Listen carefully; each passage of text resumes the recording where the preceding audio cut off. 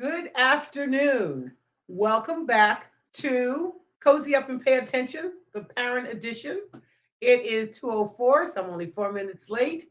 We've got another wonderful parent guest for you today that's going to tell us how he and his wife are raising two what will be responsible adults. If you would please take a deep breath and exhale, we will be right back with my guest.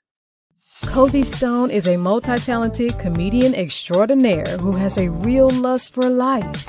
She also combines humor and motivation, where she is known as a humorvational speaker. Her youthful ways and positive light make her a beacon for those of all ages. Cozy has lived a remarkable life that has paved the way for so many. She had the longest running open mic venue of 11 years at Tommy Rockers in Vegas, called Cozy's Comedy Corner, through which she introduced many up and coming comedians. Before going into comedy, she was one of the first female personal trainers and one of the top fitness trainers in the world. She has trained many greats such as Billie Jean King, Roberta Flack, Andrew Young, Ed Bradley, CCH Pounder, Al Pacino, and Earl Monroe. As a former competitive bodybuilder, she also owned a bodybuilding gym for women over 40 in Los Angeles for several years. She has worked in top positions for HBO, Playboy, and Tony Robbins. She also enjoys volunteer work, dedicating time to the New York Foundling Hospital and babies with AIDS. Cozy Stone has a message that shouldn't be missed. Please welcome my guest today, Majid Zafer. Good afternoon, sir. Hey, Cozy, good to see you. Let me take my inhale, exhale. I had an appointment, got stuck in traffic. However, we're 6 minutes in, so I don't feel too bad. Before we get started, Majid, I like to tell my audience and repeat every week that there is not a book per se on parenting on the best practices to raise a child. More importantly, we know the perfect parent does not exist. And I like to reiterate time and time again, this show is not at all about parent shaming.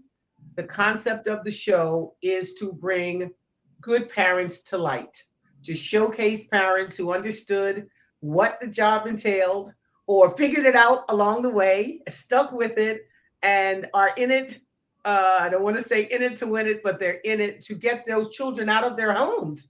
That might be a good goal. So when we get started, I like to ask and let the audience know a little bit about your background because where you came from and who created you or made you is what you brought forth to the table for your children and the raising of your kids. So tell us, where were your parents born and raised, and how did they meet? Yes, so they met in India. That's also where I was born. I came to the States when I was 9 years old. Okay. My mom was raised Hindu, my dad was raised Muslim. I went to Catholic school till I was in fifth grade. So my younger years were full of all different types of perspectives. Wow. So that really helped me shape the way that um, you know everything I do today. So very very grateful for those perspectives at an early age. And how old were your parents when they met? My mom was 22 and my dad was 27, I believe. Okay, and that was supposed to be the question was, and how old were they when they gave birth to you? I think 28. Yeah, 28 and 23, something around there. Okay, all right. Are you their firstborn? Yep, firstborn. Are you an only child? Nope, oldest. Okay, I got a younger brother, so. all right. Just want to know if you were a spoiled brat because you don't act like one. How old were you when you and your wife had your first child? 33. So 33. We well, actually, it was 34 when we had Liam, but conceived at 33. Okay. So I ask parents every week, One day someone's going to give me the answer, and let's see if it's you. I'm of the mindset, and what do I know? Let's put that out there. What do I know as a non-parent? When you met your wife, of course, you decided to marry. Um, you planned to have a family with her. Did you know, or what were some of the qualities about her that you wanted her to be the mother of your child? Well, very interesting story. So my wife was told that she could actually never have children. So she was told that at 19. Mm, And she's a very faithful woman, and she really worked on herself on from every angle that you could think of, mentally, spiritually, physically, and that was really inspiring to me as a vagabond, back in the day, and to see somebody with that type of tenacity and insight, and that we were really good friends for a long time, and then eventually decided to be together. But stepping into marriage, that was one of my biggest things, like, because, well, I know this lady can't really have babies, so that's good when you're single, but I'm not so sure when you're married. But uh just because of who she was as a woman, and we knew there's a lot of um children out there that need love, so we felt like we would adopt if we couldn't have any. So, but the reason, um every child just needs a good example, mm-hmm. right? uh I think they need more of an example than instruction. So, to me, she was an amazing example of what a human being should be. Wow. So yeah, that's why I chose to marry her. Wow. You answered two questions in one answer, but that's fabulous. So I don't have to ask you, was it her beauty, her brawn, or her brains? It was a combination of her spirituality that Yeah, encompassed all of those all of things. it. Yeah, all of it. She's a 5 tool player. Don't say that, you'll make me think pickleball. I'm not supposed to be thinking of ball. 5-2, 5-0, 3-0. Don't say that. Okay. Um, you get the news, you this news that you never thought you'd hear, you're going to be parents. I would probably ask her, Mark, but with you as the dad, did you have fear or fantasy that went through your head? Okay, I'm going to be a dad. I can do this, I can do that, or oh my God, what's it going to take? Which one did you Well, entertain the most? when you're with somebody that has fertility issues, Okay. right? There's false alarms, you know. So I was hopeful, right? And yes, I mean, I've always wanted to be a dad. I just didn't think it was possible for us. But so I was hopeful, but when it was verified, I was pretty elated. But it also made me rethink a lot of things, of how I wanted the future to look like. So we had to pivot quite a bit once we realized that we are going to be bringing a life into the world. So yeah, 100%. So it sounds like it was the fear of her, maybe not, but once you did, it's still fear. It's still, oh Yeah, my goodness, there's as you just said, a lot of things to consider. What will we do? And as I said at the beginning of the show, there are no books for the reality of it all, right? It falls into place and then you just handle it. But at 33, you were adults to have had a good deal of life figured out. At least you were both grown-ups. And that is one of the things about this show, Majid, is that for young people, I'd like them to think about and hear you, more senior parents have had some of life under your belt. So whatever's thrown at you, you're just a little bit more prepared, not totally prepared because no one is. Did your parents move here? What kind of support system did you both have?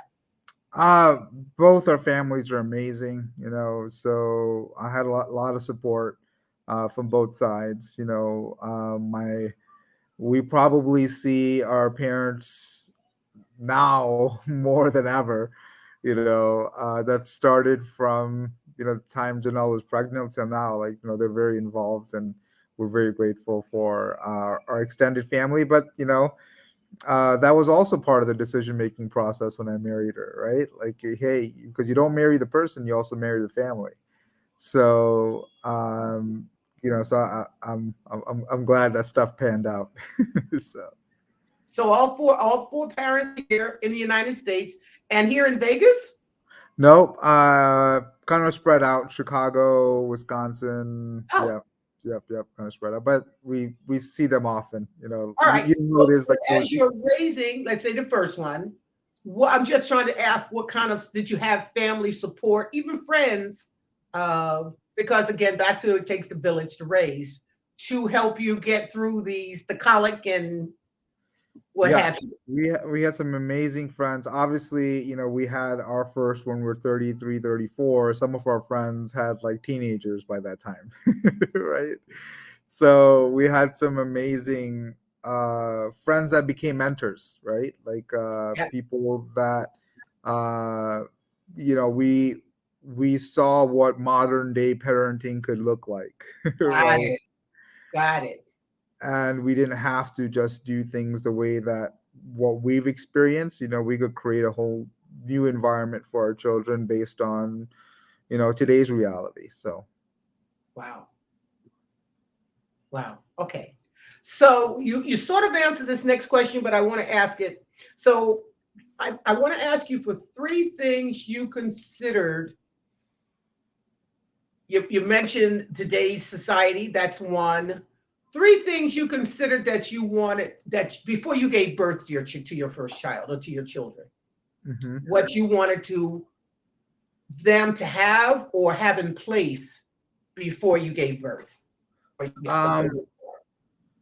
so like for me it just comes down to one thing really. Mhm. And that's like just them finding internal happiness, right? Because once they have that strength they really don't need anything else.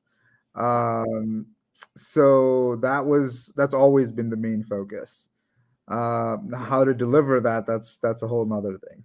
Right? But so that was the main focus on our side. We just wanted to make sure that um we provided the environment for growth, right? An environment has to do with time, right? So we wanted to make sure that we both uh, were in a position financially to where we could both be parents. And at that time, it was a little bit of a pipe dream, but we made it happen. So, both of us have been full time parents for the last 7 years. Obviously, we do things as well, outside of. Sorry, my computer's going off, but yeah, so that was the number one thing is, making sure that we were financially in a position to where both of us could be parents, and it wasn't just one person's responsibility. It was, we, we wanted to create the life that we would want for our children, right? So, Okay. so that's what we stepped into personally. And then for our children, all we really wanted to them to have is just happiness and being able to find that internally. All right. Well, they can become a member of Cozy's PHP Club, my professional happy Boom. person club. That's right. That's right. That's a good thing. That's always been my thing. Cozy, what do you want to be? I want to be happy. That's all that 4 years matters. old. 4 years old. What do you want to be? I want to be happy. Happy. 24 happy. 34 happy. Yep. Happy's a good thing. It's not. It 100%. should not be ignored nor underrated. So, that's. Thank you for that. So, the last question to just get a little bit more from your background, as we're being raised, each and every one of us are. I'll use this word lightly, harped by our parents and they're really words of wisdom, and they say these things in our heads, and then we grow up and we hear ourselves sing, and I say these things, and I don't even have kids because I can still hear my mom's ears, Yeah. yeah, ear, mouth, right? What are maybe one or two things that your parents said to you that you may say to your daughters today? Um, you know,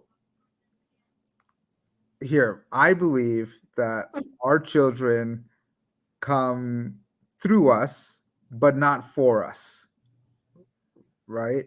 Okay. Um, that anything that I try to drill in, right?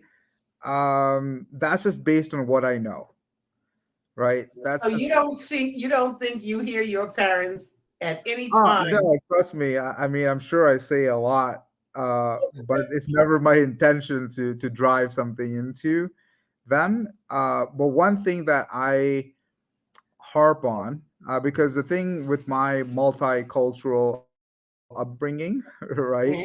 uh, is there is no color, there is no.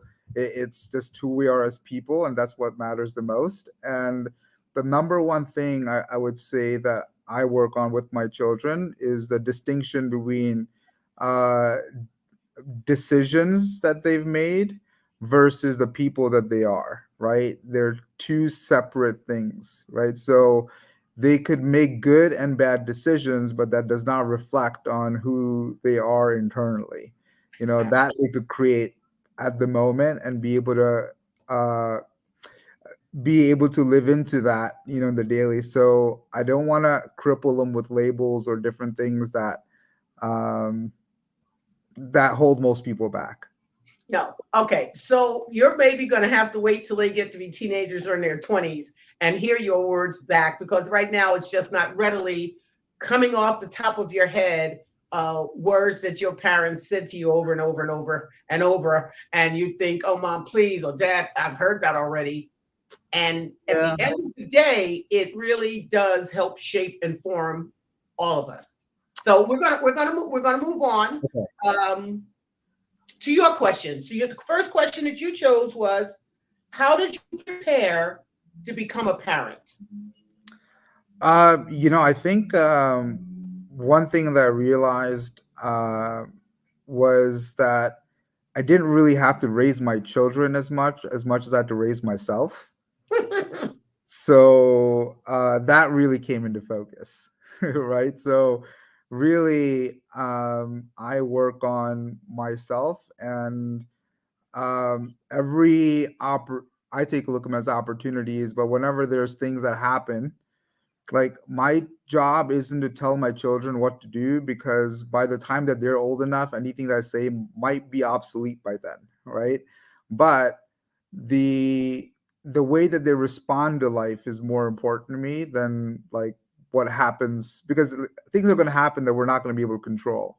But the one thing that I want them to be able to know is how to respond to situations. So the only way for them to get that is for me to do that, right? So when they do something, when the typical response would be anger or frustration or all the humanistic things that we all kind of go through, but when they see me have a choice in how I respond to it, um, so I think my focus for my children, on teaching them is but by being it, not by trying to tell them it, because Mhm. most of us don't listen to what our parents said anyways.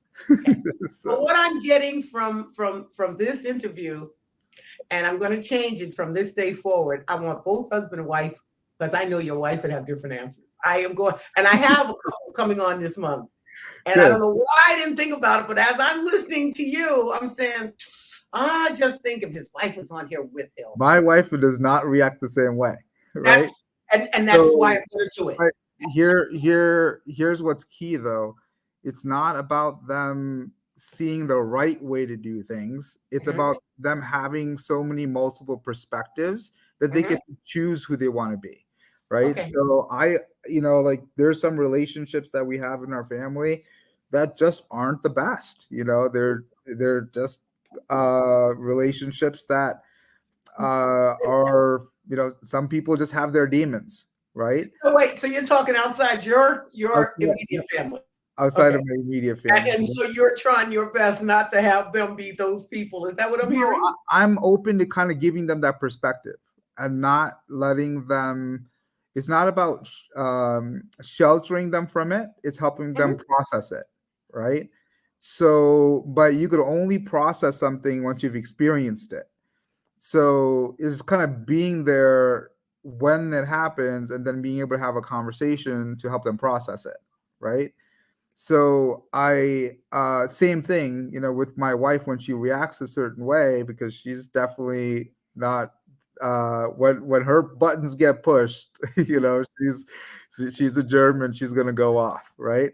But Ah, see, um there's the different background. You've got an Muslim Jew, German background. And I was thinking it earlier. He said he had this mixed family. I should have asked. Okay, all right.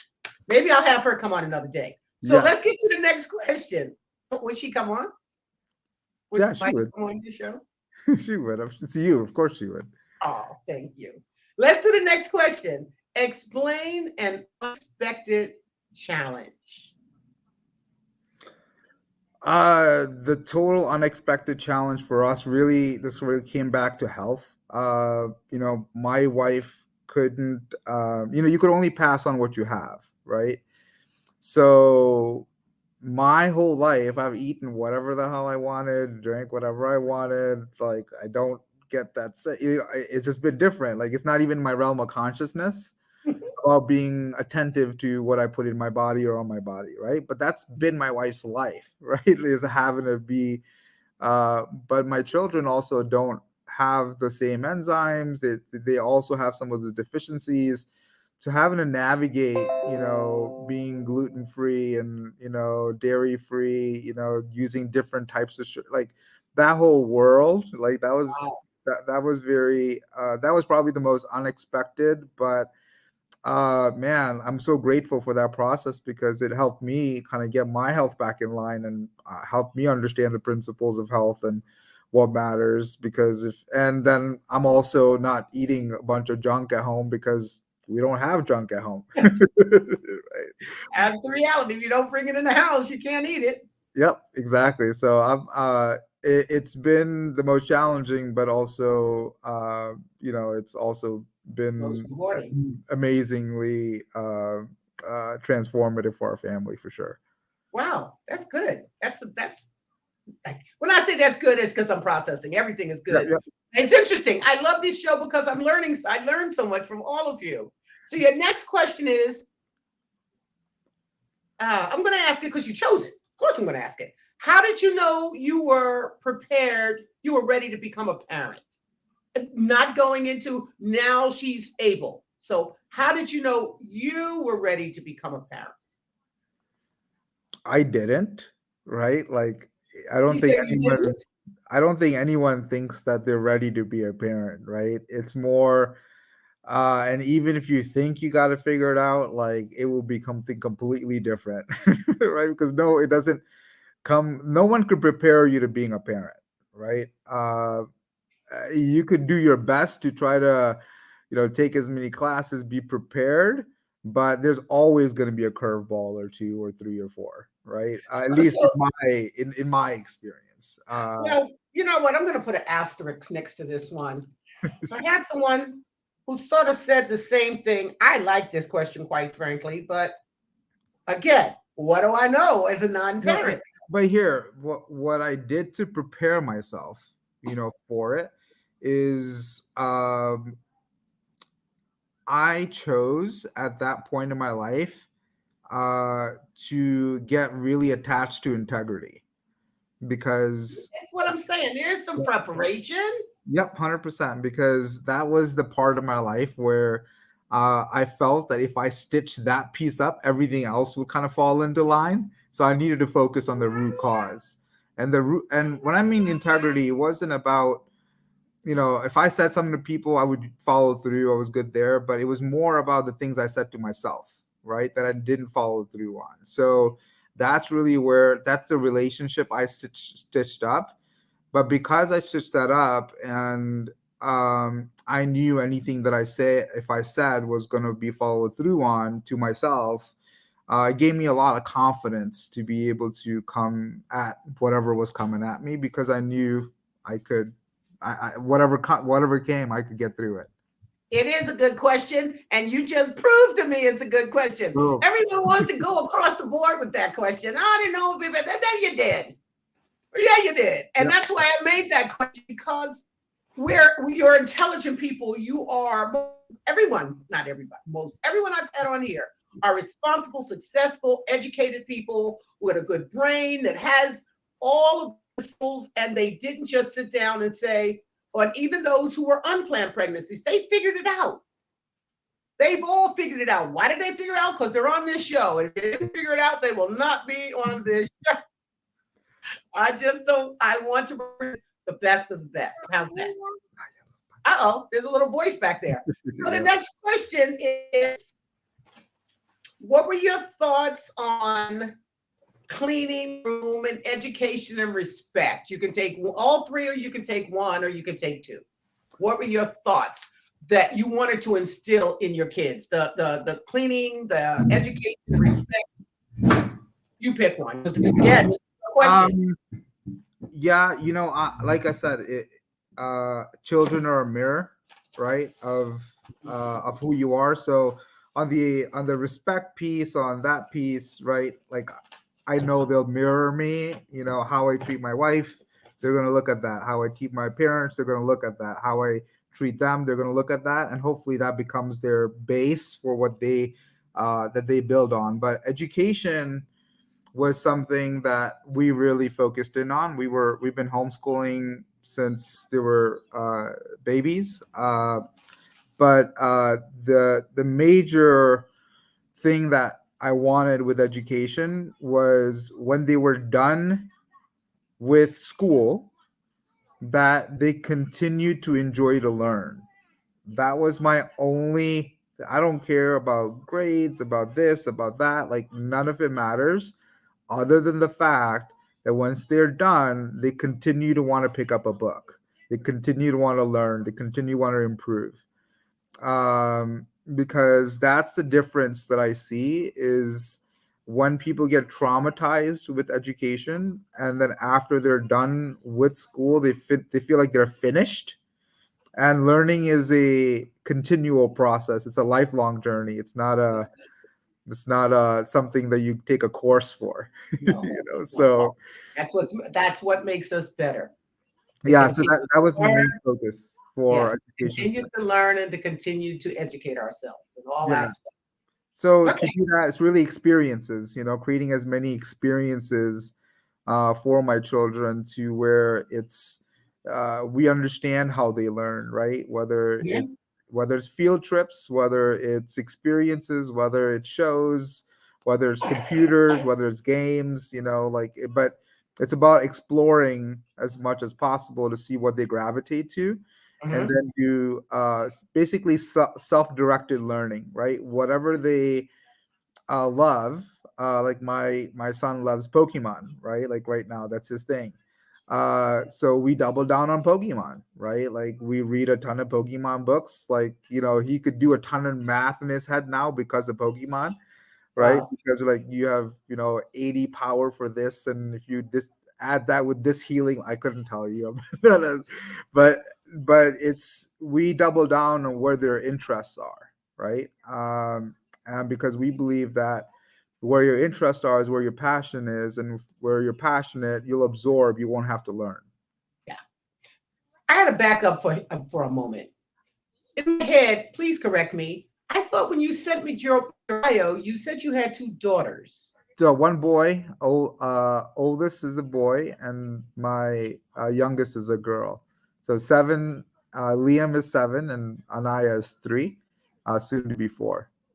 I'm going to send you back your bio to me. And even on social media, I had 2 daughters, and I'm saying, son, you didn't write. Doesn't matter.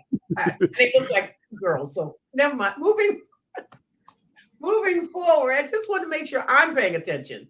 Your last question is, what you think is the most important lesson to give a child? I think you've hit on some, but my gut tells me you've got some more. What do you think is the most important lesson to give a child? Um, hopefully, I could help them learn how to communicate with their inner voice. That's it. Because if you think about majority of our time spent there, anyways, right? If they don't know how to navigate that realm, the physical realm doesn't matter. Because Would you? I'm sorry. Go ahead. yeah, I mean that's my number one focus is to help them sort out the internal process, because the external one is going to happen and they're going to have there's a ton of stimuli there. They're going to be able to absorb a lot more than I could teach them. Mhm. uh, but the internal stuff is not something anyone, even adults, can't handle, right? So if I could help them process those internal conversations at an early age, then I feel like I'm setting them up for happiness, right? If nothing So, else. so let me. Would you say would be akin to your intuition? Um, well, intuition is basically like you're taking what you know, right? Hmm. Everything that you know, and when a situation presents itself, like all your experiences collectively come together to give you a possible outcome, which is what your intuition is, right? Hmm. Hmm.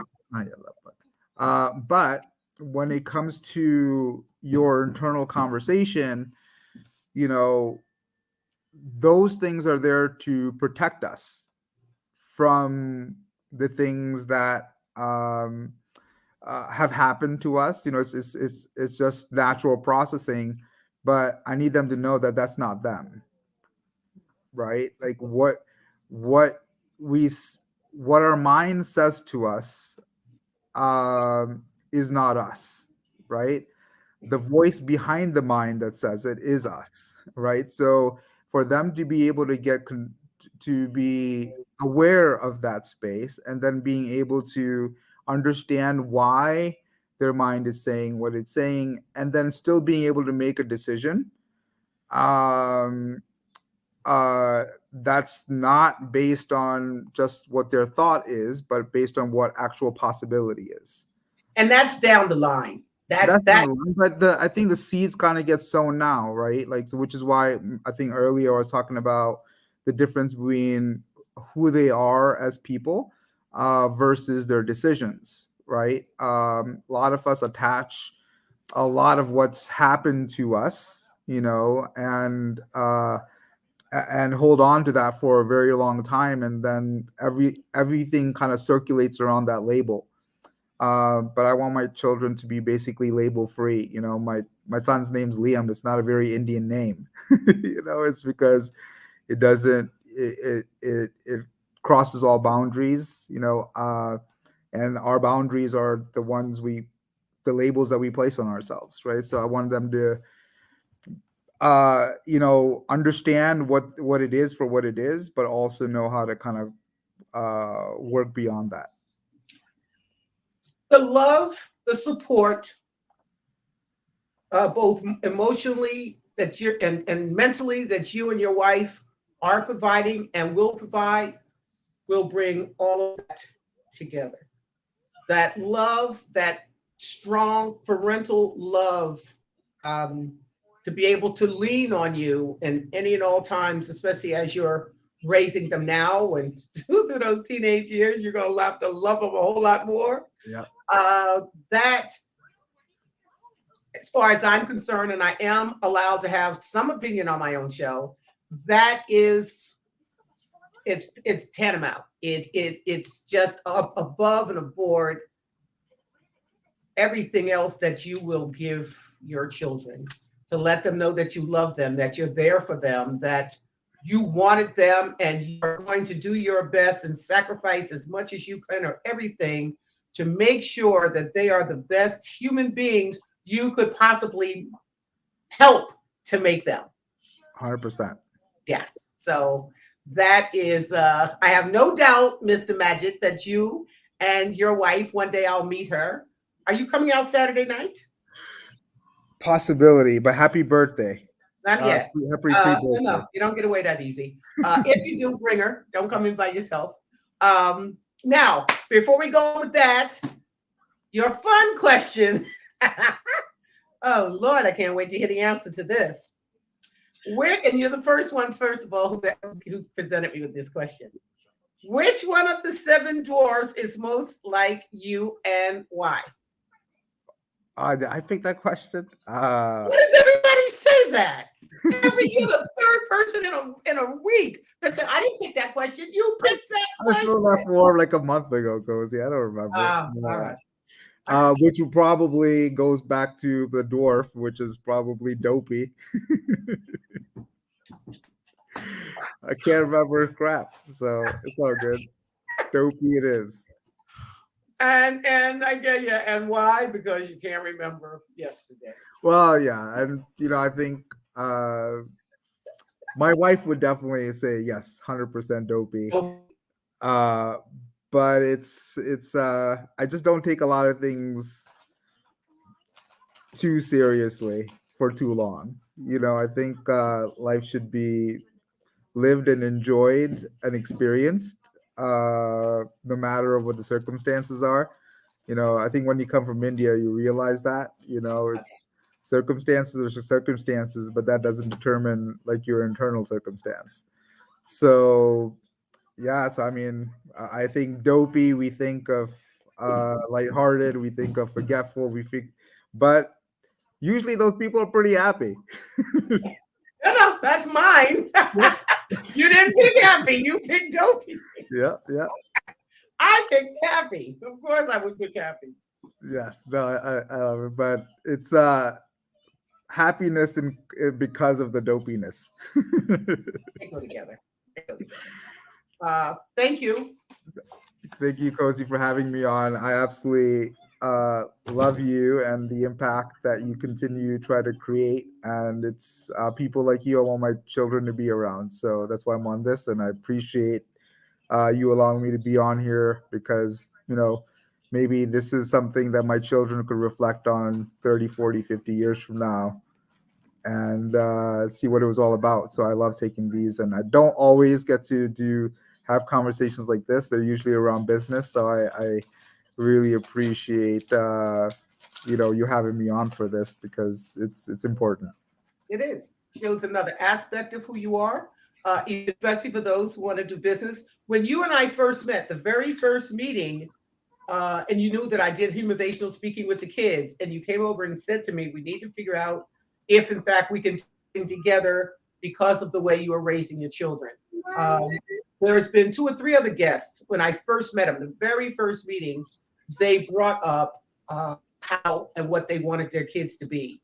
And it was one particular lady who actually prompted me, and maybe you added on to it for me to start thinking, wow, I should do a show. I'd like to do a show to just showcase good parenting. Everything else is showcased in sometimes the more negative way. I'm a positive. I try to put a spin on everything as positively as I can. It only made sense for me to have cozy up and pay attention. The parent and hold on a second. Hold on. Doggone it. Not today. I always end my show and I forget to do, but it's Christmas time and I've been putting, have you seen some of my posts on social media right now? If you haven't, I'm taking Christmas songs and adding my book to it. So, Awesome. Along with Cozy Up and Pay Attention, the Parent Edition, I am also a self-published author on Amazon. Cozyisms, The Art of Paying Attention, 1 and 2. They've got wit in here. They're insightful one-liners, people. Not a novel for those of you who don't book. And I've also partnered with artists. There we go. Who have put their art in here to accompany pretty much my one-line saying. So, 'tis the season to laugh, 'tis the season for insights, 'tis the season to stuff some stockings with my book. And I thank you, ladies and gentlemen. We'll be back here every Tuesday unless God knows something I don't. 2 o'clock, the show is live on Facebook. You can find it on YouTube when the show is over. Please tell your Majid and have your family and friends check out what we've done.